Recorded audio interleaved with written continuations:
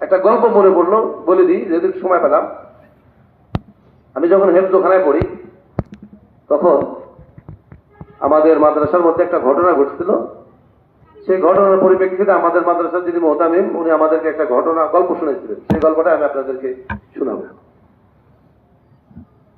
যে একজন মহিলা তার বিবাহের পরে একটা ছেলে সন্তান হওয়ার পরে তার স্বামীটা মারা গেল। মারা যাওয়ার পরে ওই মহিলা আর অন্য কোথাও বিয়ে বসে নাই। ওই ছেলেটা নিয়ে বলছে, আমার যেহেতু আল্লাহ একটা ছেলে দিছে, এটাই আমার জীবনের সম্ভব। ওই ছেলেটাকে সে বড় শিক্ষায় শিক্ষিত করছে। করার পরে ছেলে বড় হয়েছে, ছেলেকে বিবাহ দিচ্ছে। ছেলের বউ ছিল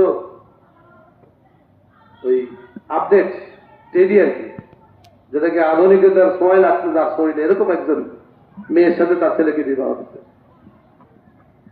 এই মহিলা এসে তার স্বামীর সংসারে শাশুড়িকে তো মারতেই পারতেছে না।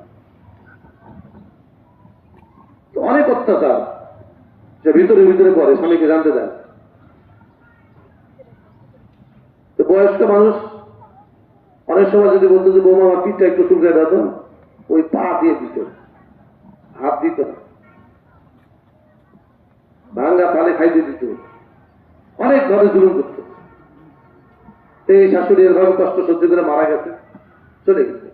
এখন যে বউ ছিল তারও একটা সন্তান হয়েছে, একটাই, আর হয়নি। হওয়ার পরে দীর্ঘদিন সংসার করা করে ছেলেকে বিবাহ দিচ্ছে মাদ্রাসার মেয়ে। ভালো হবে, মাদ্রাসার মেয়ে দিয়ে বিবাহ দিচ্ছে।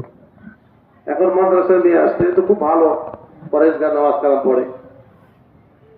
এখন ওই বউ যখন এখন শাশুড়ি হয়েছে, এখন এই শাশুড়ি বয়স হয়ে গেছে, একদিন বলতেছে বৌমা আমার পিঠটা একটু চুলকায় দাও তো।